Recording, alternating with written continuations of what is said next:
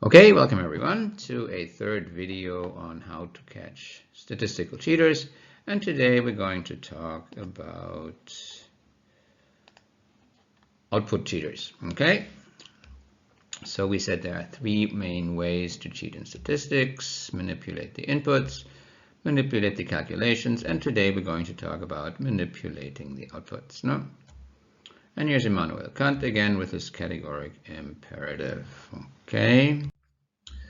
So outputs can mainly be manipulated by two methods. We can create a numerical bias, which means reporting numbers which are incomplete, flawed, or incorrect. And we can do this graphically also. We can create a visual bias, so distorting output graphs via image distortion, truncating axes, different axis scales, omitting data, or displaying a 3D problem misleadingly as 2D.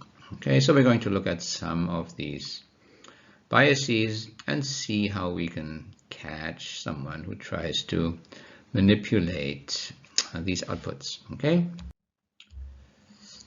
here's an example. A stock price in T0 is $100. It moves to 200 in T1 and back to 100 in T2.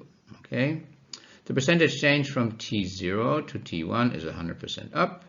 The percentage change from T1 to T2 is 50% down. Okay, and if we add the percentage changes, we derive an increase of 50% of the stock price, although the stock price has not increased for the total period from T0 to T2. And graphically, that looks like this. No? So our stock increased from 100 to 200 and then back to 100, and that's a 100% increase in the first time period and a 50% decrease in the second. And if we add them up, we get plus 50. What on earth is going on, right? The answer is the way we define percentage changes, those changes are not additive. Okay, we just can't do it. You get a wrong result. Okay, what to do? What's the solution? Two solutions I have here. We can take the economics approach, which actually in the denominator adds the two prices of the 2 points, and then we would get from T0 to T1 an increase of 67% and an increase from T1 to T2 of minus 67%. And if you add them up, you get 0, and that's what we want. No? What is the problem with this approach? Well, you have to tell an investor whose stock has increased from 100 to 200 that his stock price has increased by 67%. But it has increased by 100. No? And same here, a stock price that has decreased by 50%, you have to tell the investor it has increased by 67%. So while the overall result is correct, the result for periods within the time frame are very misleading. No? And there's a second solution which is similar. We often work with logarithmic price changes, so ln of st minus divided by st minus 1, right? So if we do that, we get a 69% increase from T0 to T1 and a 69% decrease from T1 to T2. And if you add them up, you get 0 again, which we want. However, this problem is the same. You have to tell an investor that his stock, which increased from 100 to 200, only increased by 69%, whereas it has increased by 100%. No?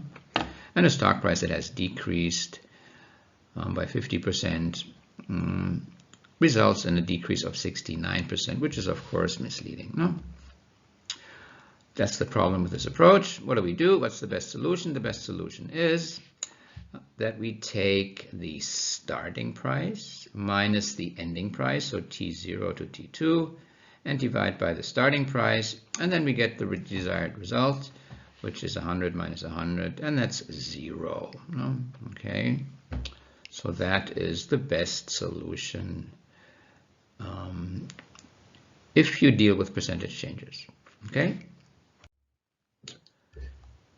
Here is an example of selective reporting. Okay, definition: selective reporting is the selective revealing or omitting of statistical results. Okay, and here we have an example. This Ernest is an employee in R&D, research and development of the company Johnson, Johnson & Johnson.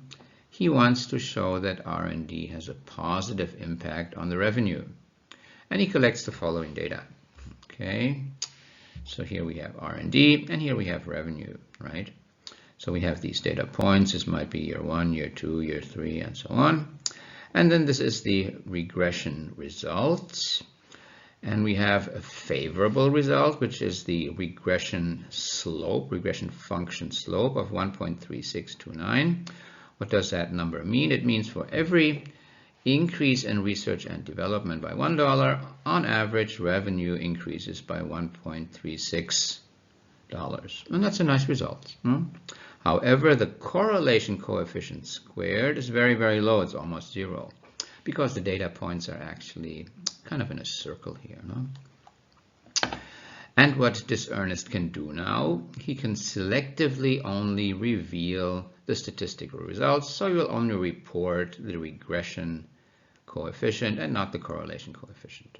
Is that cheating? Yes, that's cheating, because he does not reveal all the regression results. Okay? And in this graph, we actually also see a visual distortion already, because the slope of 1.3629 is not graphically correctly displayed. You can see the slope here is almost 0. Why is the slope not correctly displayed? Because we have different units on the x and y axis. A unit of 1 here from 5 to 6, for example, has this distance.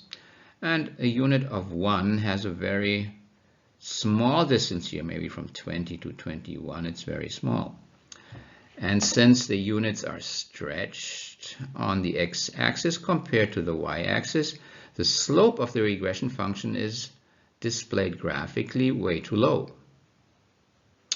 And this is actually to the disadvantage of this Ernest, who wants to show that there's a big impact of R&D and on revenue. So this Ernest actually is cheating in this graph in his disfavor, to his disadvantage, right? So he's not a very good cheater, actually. So if you do cheat, at least cheat in your favor, okay? Okay, that was a joke. Never cheat, of course, no? Okay, so this is also a graphical distortion of the true slope of the regression function, no? Backfill bias. The hedge fund Malevolent has 8 positions in his portfolio, which have performed in 2021 as displayed in table 3.3.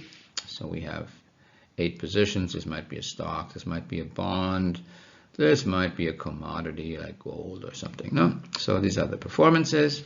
And if we calculate the average performance, we get 2%. Okay, so that's the return of the 8 positions in 2021. And going forward, the fund Malevolent decides to add 2 positions, which had a return of plus 12 and plus 16% in 2021, which results in a fictitious performance of 4.4%. So the fund just adds, backfills the performances of these 2 positions for 2021, although they were not even in the portfolio, right? Is that cheating? Yes, of course it is. No? These performances of these 2 positions were not in the portfolio, so you can't just add them. No? Okay? But that's sometimes being done, called the backfill bias. Okay? And then we have the survivorship bias. Example, let's assume a hedge fund index is comprised of 100 equally weighted hedge funds with an average return in 2021 of 8%. 3 of the hedge funds, which had a return of minus 30, minus 50, and minus 70%, blew up and were eliminated from the index. If the index is reported without the 3 defaulted hedge funds, what is the return? R, meaning the survivorship bias, right?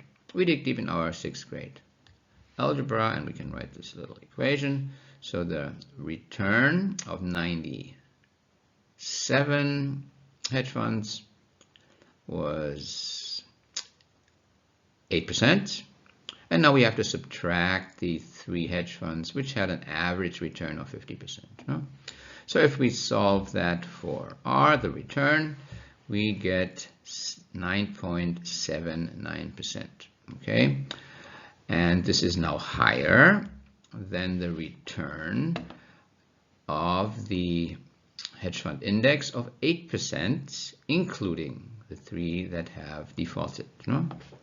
So 3 hedge funds have dropped out of the index, but of course they were part of the index in 2021, so you can't just eliminate them, right? But that's what is being done when you apply the survivorship index, meaning you eliminate those hedge funds who have performed badly and have defaulted. Okay, so that is also a statistical misrepresenting of the results. No, so we can call it statistical cheating. No? Okay, how to catch backfield bias and survivorship bias cheaters? Well, for mutual funds, the performance data is typically easily available, right? You just have to see if there was a mutual fund that has defaulted. That's typically very easy to check. Hedge fund regulation has increased since the 2008 crisis. Hedge funds over 100 million asset under management have to register with the SEC, Securities and Exchange Commission, kind of the police of finance, and report their performance. So for hedge funds, at least for big ones, it's also easy to see if they have performed a backfill bias or if a survivorship bias is present. No? Yeah, hedge fund defaults are typically publicly known. See if the hedge fund index has changed due to defaults. So you can fairly easily check if an index is inflated. So it reports better results due to the survivorship bias. Okay. Now we come to visual biases. We already discussed one, right? And here's another one. Here we have the revenue of Apocalypse and Sons, and you can see it has gradually increased from 100,000 from 2016 to 2020. And now Apocalypse is unhappy with this visual display of their revenue increase, which is very low, and they decide to display it graphically like this. Okay, so what did they do here? They simply started the y-axis at an origin of 98,000. Okay, and you can see visually this is of course a much stronger increase than the 1% increase from here to here, and the little bit smaller increase of 1% from here to here. Okay, is truncating the y-axis statistical cheating? And we can say yes, because it is a misrepresentation of the actual increase of the revenue. The revenue increase was 1% here, but from here to here, it's actually 50%. You can see it here. This bar increases by 50% from here to here. And the increase from 2017 to 2018, which was a little less than 1%, is represented from here to here by an increase of 33%, right? And then we can go on. An increase from here to here, which is a little less than 1%, is displayed as an increase of 25% from 2018 to 2019 in this graph. No? So this is a misrepresentation of the increase in the revenue, and we can say this is definitely misleading. We can also call it cheating. No? Logarithmic display. So here we have the Dow Jones Industrial Average from 1920 to 2022, And here are absolute numbers on the y-axis, and you can see the internet bubble bursting here, you can see the global recession in 2008, and you can see the coronavirus here in the spring of 2020. Okay, so this is the Dow Jones Industrial on a non-logarithmic scale. Okay, what we don't see though is the big decrease in the Dow Jones Industrial Average in 1929 because the numerical value was so low. It was only like 360 points. So on this scale, you don't even see it. However, the decrease was 90%. Okay, and that's where the logarithmic display comes in. It displays percentage changes, right? So this is the same Dow Jones Industrial Average, just on a logarithmic scale now. And you can nicely see the big drop, the 90% drop in 1929 to 1932, which you can't really see here at all. On the negative side, you don't see the internet bubble bursting so strongly. You don't see the Great Recession decline here, and the coronavirus you can hardly see. So this is the Dow Jones Industrial Average on a logarithmic scale. And is it okay to display data on a logarithmic scale? And the answer is yes. We just have to clearly state that we are displaying the y-axis on a logarithmic scale. And typically percentage changes are often more informative than absolute values. Okay, I think this is the last graph that I'm going to conclude. Here we have a Gumbel copula, what we call a Gumbel copula, and you can see the data is distributed like this here. And it seems that most data is displayed in the lower left corner here, right? However, if we display the Gumbel copula on a 3D graph, we see that much data, a lot of data, is actually displayed in the upper right corner. Why is that so? Because this graph only has 2 dimensions, y and x, and these data points simply lie on top of each other, and we can't see that because we only have 2 dimensions here. But if you display the graph as a 3D graph, you see that most data points are in the upper right corner. Okay, so the takeaway here is that sometimes a 2-dimensional graph is not sufficient to display the true data set. The performance or the display, the distribution of the data. Here's a little spreadsheet where I derived the Gumbel copula, so you can have a look at it. Okay, I think I know I conclude. Creative reporters can manipulate the output numerically and graphically to mislead the reader. If statistical results are incomplete, be aware. So if only few statistical results, maybe even only one, is displayed, that raises a red flag. Graphical results can be manipulated in many ways. We showed some. There's actually more, but we showed 2 of them. And here's a book if you want to read more about how to cheat in statistics. You can get it. Very nice book, of course. And as we discussed, logarithmic display reveals informative percentage changes.